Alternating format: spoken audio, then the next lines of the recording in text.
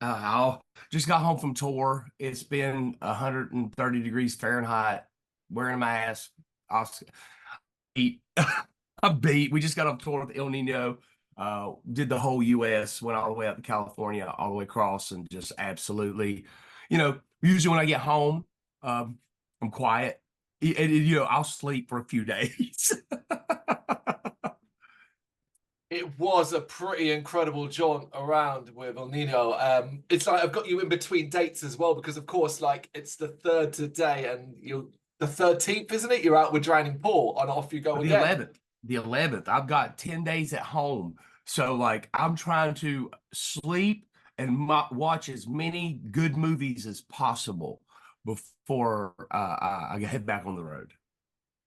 So, are you actually able to do that? Because it's all good and proper saying, "Okay, I've got 10 days, and I'm going to get some rest and relax," but actually stepping away from the music and just enjoying home time. Are you able to do that? I, it, yeah, that's a great question because it's hard, but I if unless it's the label, I will turn my phone off. Like just like you have to be able to say, like I've been doing this so long, you have to be able to shut off. And it's such an important thing to get that R&R and to like get your head back because something can happen, and if you don't process it and you don't get the proper rest, you could fester on it and it can just become, it can exacerbate, become a worse situation. So I tell people all the time, it's like just walk away and lay down and do this, it's like, so I have my kids and, my wife, we have the 4th of July. I'm gonna go watch some fireworks, some just mindless fun, just focus on healing and letting my body really get back to normal. Because I mean, this was a very, I had a really great time, but weather-wise, it was like so hot, like it make you sick. It was just very, uncomfortable being out there because I remember sitting in we were heading to a show and we stopped at a Walmart just to pick up some ice and some drinks and stuff. In the parking lot, it was 130. Ah, that's like nobody wants to be in that type of heat. And that's the type of heat that will absolutely, especially when you are as unintelligent as we are and decide that you want to wear masks and jumpsuits. It's very it's not a heat you really want to be in. Well, it sucks the life out of you, doesn't it?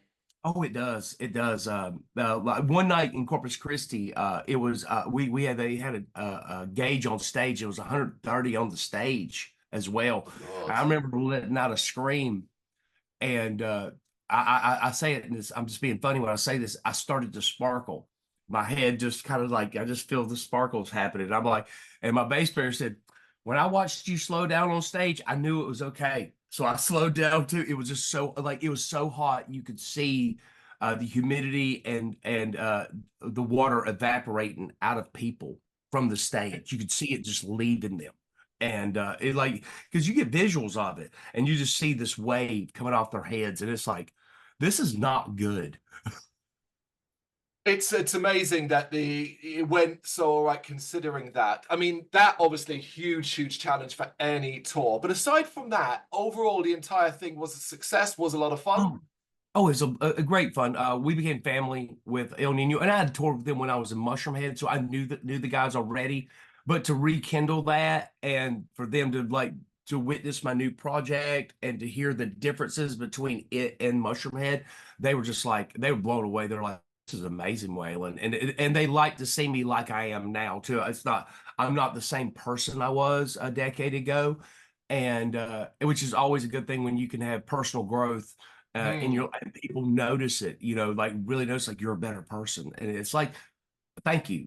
It's like a lot of people don't see that. And sobriety definitely changed a lot of things in my life. And to have people who have been in my life and have stepped out and to step back in to really take notice of it meant a lot to me. As you said, you hope that it's noticeable. You're older, you're wiser. That's the idea. Yes.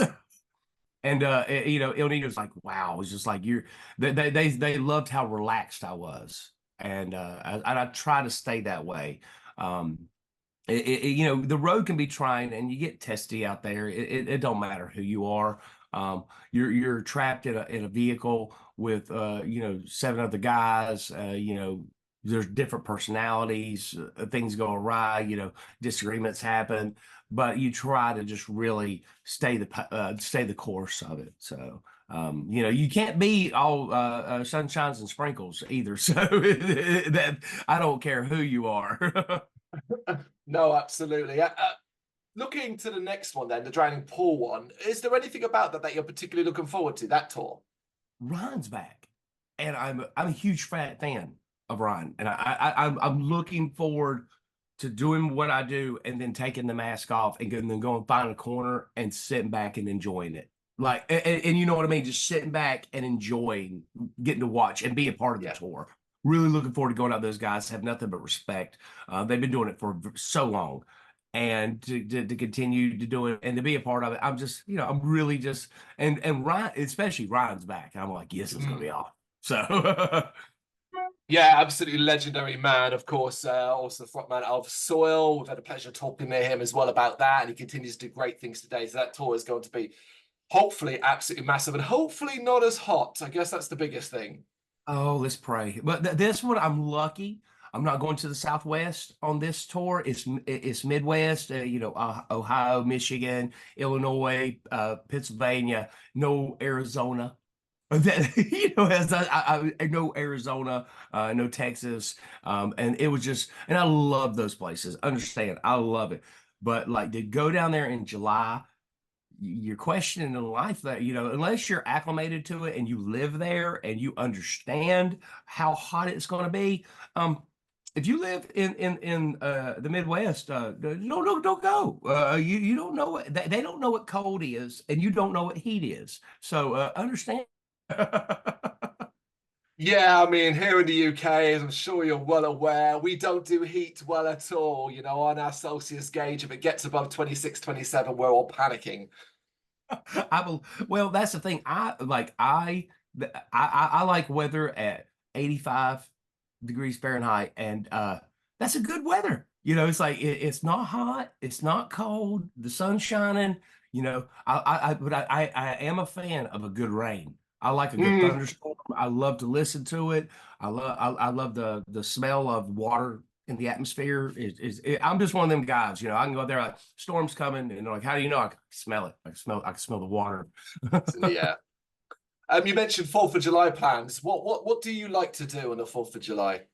I like to, well, I'm going to be with some really close friends and their children, and that we have a campground that we go to, and they have a lot of campers. So it's camping, but I like to call it glamping because there's no tents. There's a small house for you to go in, and it has an air conditioning. And want to go out there. We'll have a seafood boil. We're gonna do that and light off some fireworks. We're gonna all hop on our side by sides and go ride some trails and just kind of like be one with nature for a little bit. It's fantastic. It's great to hear. Of course, you know, 4th of July doesn't mean as much in the UK as it does to, of course, you. However, we've got our own thing going on tomorrow. Obviously, tomorrow we've got a general election, new government Oh, potentially, and stuff like that. So it's all about voting tomorrow. oh wow. I like with government anymore, I just try to stay as far away from it as I possibly can because I am one of those individuals who loves everybody, and I don't like seeing people fight. And so I'm like, I'm out. So, as soon as that's brought up, I'm like, you know, I love you. Best I way to just disappear be. in my corner.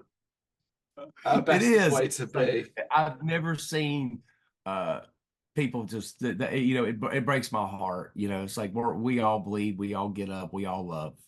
Just remember that, you know, and we're somehow I run. I'm like, no, it's an election. I don't want anything to do with it.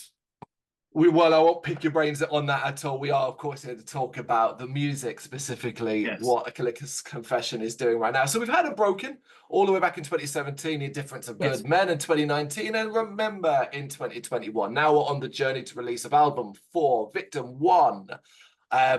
So summarize, in as short a way as possible, what listeners can expect with this new slice of A Killer's Confession music.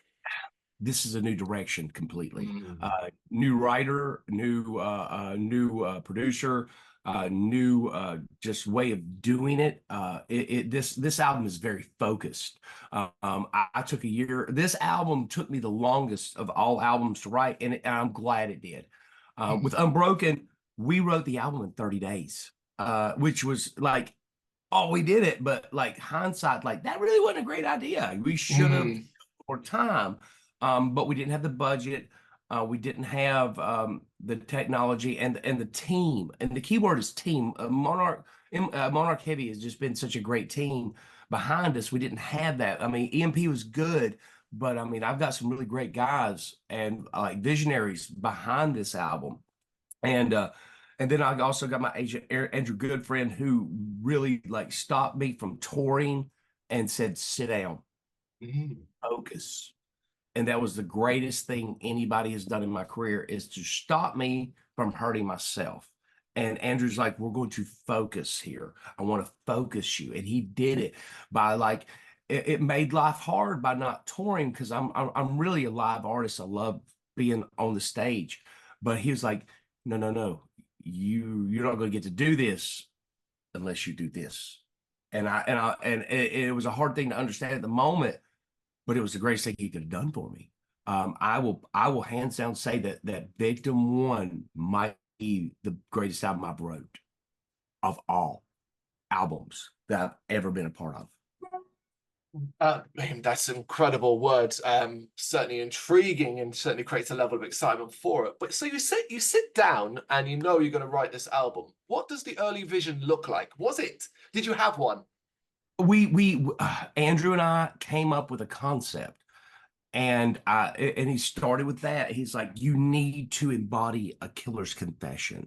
You need to be a killer's confession. What are you saying? What is this? Be the killer." And we came up with an idea of a vigilante, kind of a serial killer. Like he is, but I was like, I can't really be a serial killer because I have too much empathy for people. I love people, I do, but I do like vigilantes. I do like seeing people getting what they deserve. I will not say that I'm not for that. I do believe in eye for an eye. If you do terrible things, I do believe terrible things should come back to you. Um, so when I wrote this album, this was very difficult to not be campy and to be ridiculous about, saying these things. So it took time. And when I during that time off, it helped me focus that to where I could write an album that I'm proud of, and there's a message there and there's a story. But at the same time, um, it's not rushed. It doesn't seem like it's half-hearted. It has a very how do I put this? It just has a real natural, organic feel, but there's a message here, like with Greed and Martyr, I'm coming out and just saying that we're looking out for we're looking out for the small, but we're also looking at the sins of, like, you can't have everything. You got to be able to, everything can't be about you. And I come to the point, I was like, well, let's write about a guy that's just in a world he doesn't recognize anymore. That he just sees the selfishness and gluttony and just pride and lust and all this stuff just running rampant. And he has morals, but he's kind of lost it, and I was like, how do I incorporate this into music and a story? So I came up with the idea. I was like, well, he's got a split personality, and he also hates himself because he's just as guilty as everybody he's going after.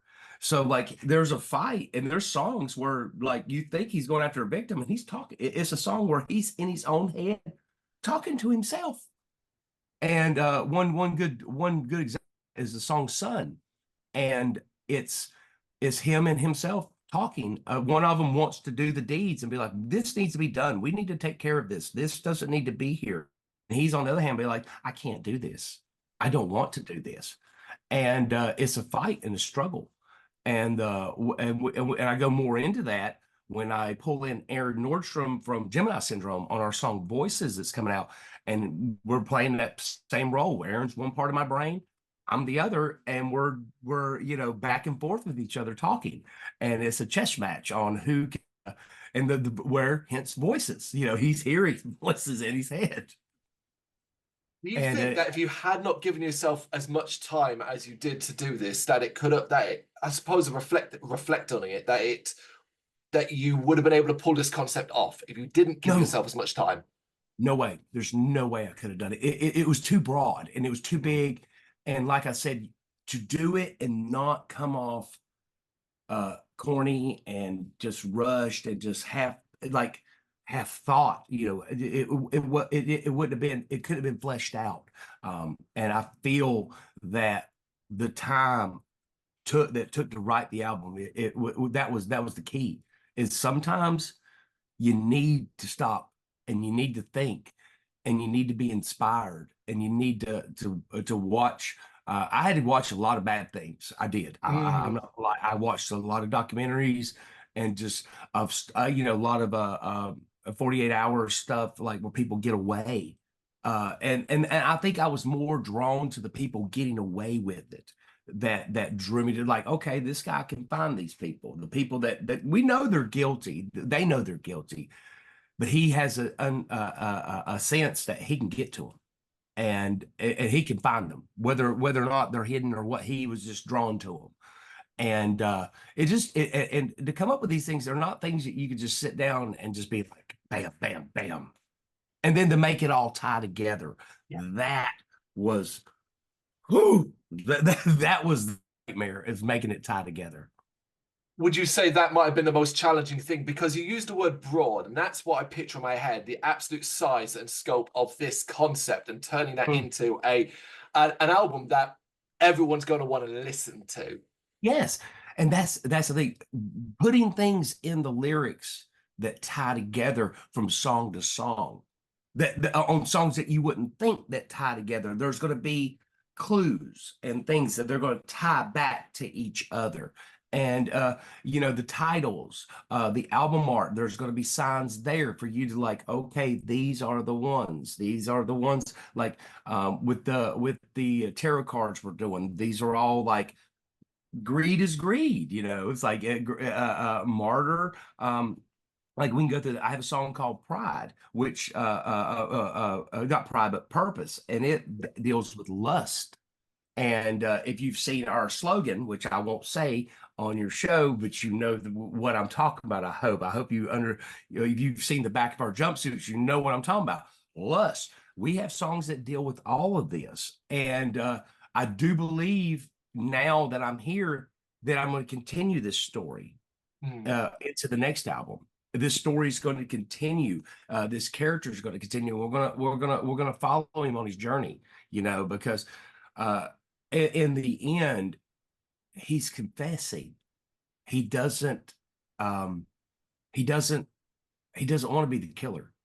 He wants forgiveness, and like and that's what the killer's confession is about. It's about being able to admit you're wrong, and that was a big thing in the album, was being able to relay, like, I'm just as guilty as everyone else. Mm. I have problems with pride and vanity, and this is something, and everybody's like, well, where are we going with it? I said, I think this is just a moral standpoint in this guy's mind, and to fall back to, it's like, I've got the point was like, is it only in his head, or is he really doing it?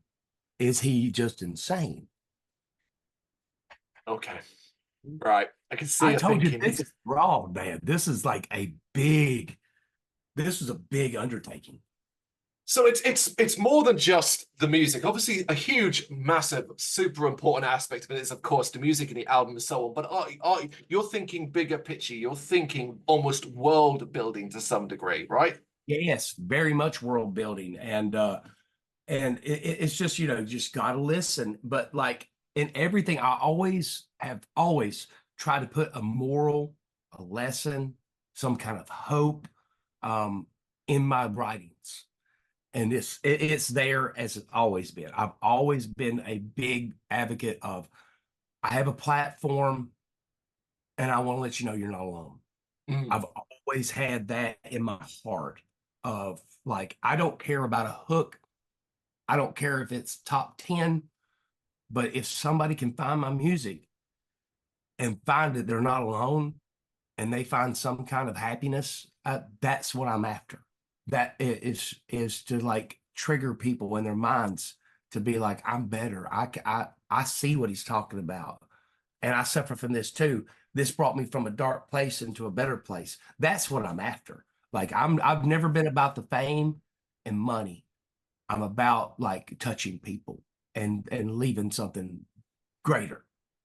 Have you had many people in the past come to you, talk to you, send you messages and about this side of things? Yes, very much. I like sometimes I feel like the broken find us, and I'm not trying to quote anybody, but this has been since I've been with Mushroomhead. I was a very bad heroin addict. I was a very bad meth head. It's like I suffer from depression and I can listen to song and find hope and that there is happiness. And then they look at my life and they've seen that I have been through very, very dark paths in my life, and I've been very open about that and how I've turned it around, found love, found purpose, and found my smile, and found that it can't rain it all the time, but also I find it very important to share my my failures, so maybe someone else doesn't have to fall. They can learn. They can watch me fall and they don't have to do it themselves. But it is still incredibly humbling for anyone to ever send you a message or speak to you and say, "Hey, you've helped me," or this, that, whatever. It's an incredibly humbling experience. And how do you handle that kind of weight, though, with someone saying that to you? You hug them. If Yeah. they're you hug them. You tell them you love them. Be like, and when they try to put you on a platform, you remind them, I'm just me. I'm just a human. I thank you for you're the one that gave me the opportunity to be here. I wouldn't be here if it wasn't for you. And you gave me this, and I love you for it. I will always love you for it. I will always love every fan because I would not have a career if it wasn't for them. And when it's so humbling to say that to you, but at the same time, just remind them like try to treat them like you're the next neighbor down next door, and you ask me for a cup of sugar, I'm gonna be like, here you go. It's like they are they are the real backbone of everything I do. My fans are everything. They are the reason I'm here because without them, there's no me. Well put, well put. Going back to Victor One, do you, aside from the creation of the album itself, what other aspects of it creatively do you get a lot of satisfaction from? Working with Dusty Bowles, he wrote Yeah. the album with because the band itself, we are touring musicians. They have anything to do with the behind the scenes and the creation of the music. Never really have. They're just the live artists. Mm. So I had worked with Sahaj Tickerton for a long time from Raw, and like we got to a point, it just kind of felt like we were just beating the same horse, and I needed the lack of a better, I needed more violence. I needed more Mm. aggressiveness. I mean, we had done Trapped Inside and Numb and The Shore and all these, and they're great songs. Don't get me wrong, but there's still a part of me that wants to. I do. It's like, and those songs are really not those type of songs. So I had met Dusty Bowles when I went out with Struggle Jennings and Tommy Vex. He was playing guitar for Tommy Vex, and Remember had just came out.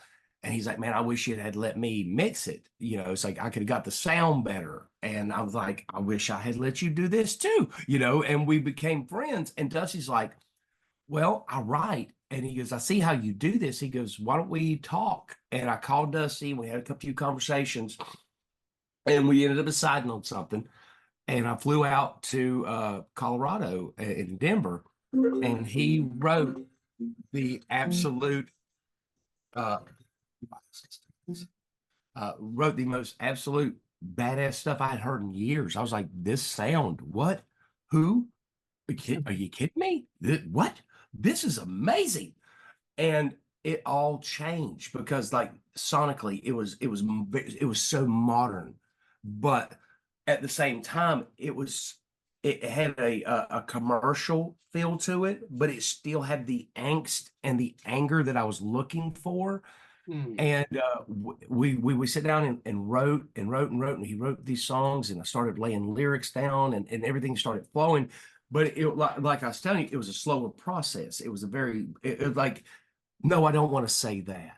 I don't this.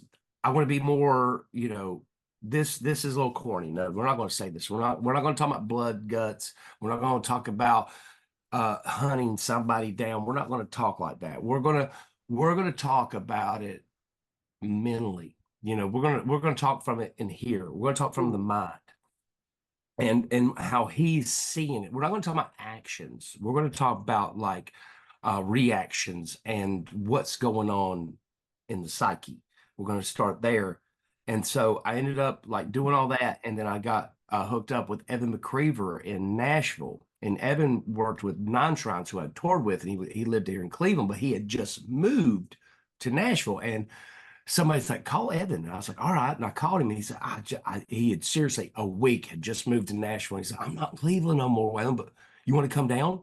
I'm like, yeah, I want to come down. Let's do this. Are you interested? This is what I'm doing. This is what I've got. I want this many songs that we need to work on. And he's like, yes. He's like, come down. So we booked time. And it was actually a year ago right now. I Oh, was wow. there a year ago right now. Like, it was in my wife's memories. That's how I know that. She told me yesterday.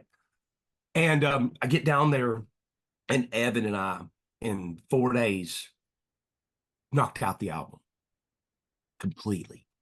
Like it was all there, but he is such a good producer, vocally, not musically, vocally, that we were able to just take what I had kind of built in the year working with Dusty, and in 5 days, just take it and smooth it out and finished, like done. And I mean, just like I've never worked with somebody so professional Yeah. and had such a good ear for harmony and took the time to understand what I was trying to do. It's that, isn't it? You just there, isn't it? It's understanding your mind, because that's going to be ultimately the most difficult thing for anyone out there to understand what you can picture in your head. Yes, and but like that's the thing too. You got when you work with some of that, you got to be honest. You Mm. gotta be like, this is what we're going for, and but let them speak about like that's a little weird, in those conversations. But he didn't. He looked at it like we were creating a universe, like we were creating, but he understood that I was creating a character. This is a Mhm. character. This is fictional. This is the and and how do we make it musical though? How do we make this to where it can be taken seriously, even though it's a fictional tale? Yeah, And yeah. All right, sorry, go on. go ahead, go ahead, go ahead. My bad. No, I completely understand that, because any concept, no matter what world it comes from, you want to, when you listen to it, to effectively be transported, to set your mind in that world or that place or that vision. But doing that and actually being able to complete that task is, I think, it's one of the hardest things any artist has to do. I sometimes during like during my touring artist bass player JP been I've known the guy since we were kids. So I used to break into his house and be like, "Oh, let's go!" It's like totally good friend of mine. I called him. I was like, "I want to quit. I'm done." Like it was so hard. It was so frustrating that I wanted to throw the towel in, and Mm. thankfully I didn't, because like what ended up happening was probably the best thing I've ever done for my career. But like musically, I think I learned so much during this that, it's like it set me on a new path. Do you see you're on this new path, and I guess this is maybe long-term look into the future, but do you think the process, the way you went about creating this album is what you would like to continue to do going forward?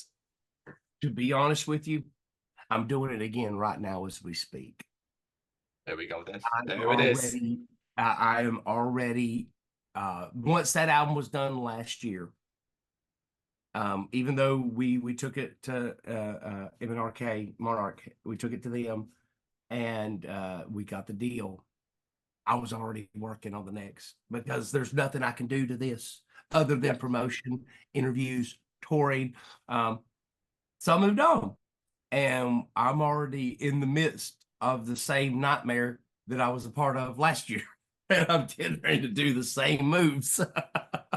Yeah, I don't know why. I would be very surprised if you told me, no, I haven't really done anything over the last year and hadn't got any plans for a while. Because even in around touring, of course, you are an artist, you're creative, you are naturally going to be looking and finding new and fresh things to do. But do you have an idea, an image in your head of how to take the concept of Victim One and apply it to a live performance in the future?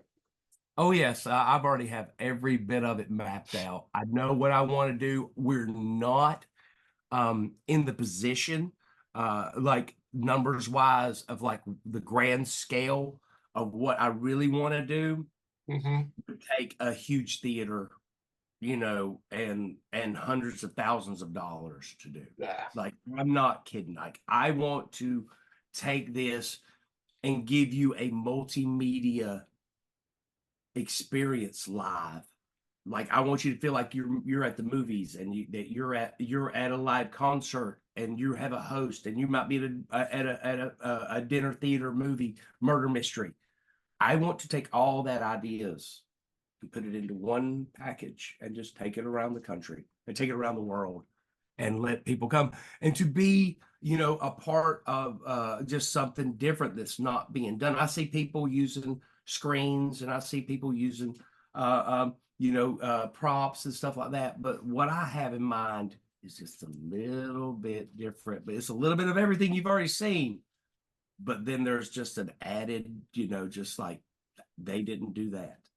Like that, and I'm not going to talk too much about it, but I've had this idea in my head for years, Mm. and it's just a lot. There's going to be video teams, animation teams. There's going to need to be crew. There's going to need to be effects. There's just there's a lot to do, and the band is not the size when it comes to like what I need it to be to do to have the stage to do something like that on is not there yet. So right now we're just like, all right, we're going to be a live performance assault, and we're going to get you there to get us to that next level, like prove that we could throw down. Yep. And then when the opportunity and the budget arises to where I could create this, and you have to understand, you have to look at it like that. You can't just do something like this overnight and, with nothing. You just can't do it. The foundation's already been laid. We're getting there, but you'll know when it happens, you'll be like, this is what he was talking about. You'll know, like this, it'll be one of the moments you're like, this was it. This was it. And everything's already been laid. My wife and I, Julie, who helps me run all of AKC, beautiful woman. If you ever hear the statement, behind every good man's even stronger woman, yes, the damn truth. My wife, like you met her, you met her a few minutes ago. She, her and I just logistically, we have kids. We have 7 children between us. We got 3 kids in college. We want to do this, but we don't want our kids to be living on the street either at the same time. So she's just making sure I don't do that to us, because she knows I would if it wasn't for her. Um, find me a creative out in the world from any part of the media. What limits, unfortunately, everyone's imagination is money. It always comes Yes, down to it, sadly. it does, and that's okay, because you you can get there. You can achieve anything you want if you just have a little know-how, but you also got to have balance and be able to hold back and be like, I don't need this right now. I'm gonna put this to this, and I'm gonna put this aside. You just got to be patient and not what's the word I'm looking for? You don't want you impulsive. You don't want to be impulsive. You want to be patient, but you'd be like, hold up, just hold up. Don't be impulsive and just jump. make sure it's right. Just like with this album, not being impulsive and not being rushed. You want it right, just wait, and it's going to happen. It's just like you have the vision. You've already spoke with the people you need to speak to. They know, they're like, you're on to something. Be like, hold, it's like there's NDAs, and don't you discuss this? Don't you give this idea to nobody else? Don't you do this to me? And they're like, no, no, no. We want to see you do this. This is amazing. They're like, I can't believe nobody's thought of this. I'm like, I can't either. Really, I don't know. I don't know why somebody didn't think of this. So it's all about just being patient, because when the time's right, the time will be right. Which applies to so much. Your pride and excitement for Victim 1 comes through so strongly, as well as Ban and what you've managed to do it. It's generally created a whole new level of excitement inside me just speaking to you, and we don't have too much longer to wait as well. Obviously, being in the UK, don't see much of you. Do you wish you could kind of get to Europe and the UK and so on more? It might be happening sooner than you think. And when I say sooner than you think, I might know something tomorrow. Say no more. That's exciting enough already. By the time this comes out, then hopefully we'll all know. But there we go. Yes. Last one for you, Waylon, and I'll let you enjoy the rest of your time off.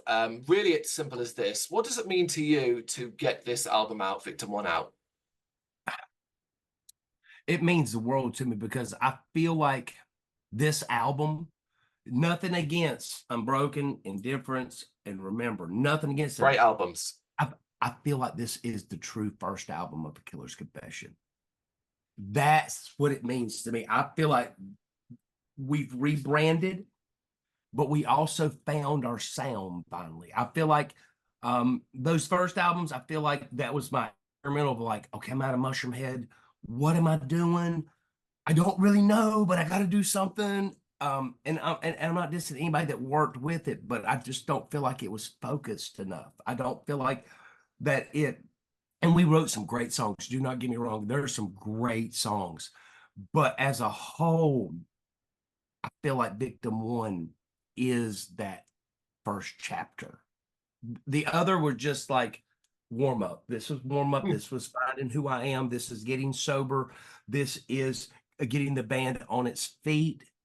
But this is who the band is. Does that, if that can make sense for people, this album is who the band is. I think it makes such complete sense. I can't wait. I can't bloody wait. Thank you so much. Well, thank you so much for taking the time to speak with me. I really appreciate you doing it in your time off. So I'll let you go and enjoy the rest of your day. Well, your whole day. I keep forgetting we're in totally different time zones. And I hope, what time is it there, by the way? It is now 20 to 6, 5:40 p.m. Oh, it's noon. It's 12:38. So like and I say morning. Trust me, I'm still on tour time. Yes, of course. All right, Waylon, I'll let you go and enjoy the 4th of July celebrations, and I hope the tour with Soul goes well. Thank you so much, and I would love to do this again. If you'd have me back, I would love to come back. I love your questions. I actually have been these were great. It's been my pleasure, absolutely. Thank you very much for watching. If you'd like to see more content like this, please consider hitting the subscribe button. It is gratefully appreciated. You can find us over at gbhbl.com, our full website where reviews, news and so much more goes up daily. We're also on all social media platforms: Facebook, Instagram, Twitter, Threads, at GBHBL. Just search for GBHBL and you will find us out there. We also have merchandise on sale.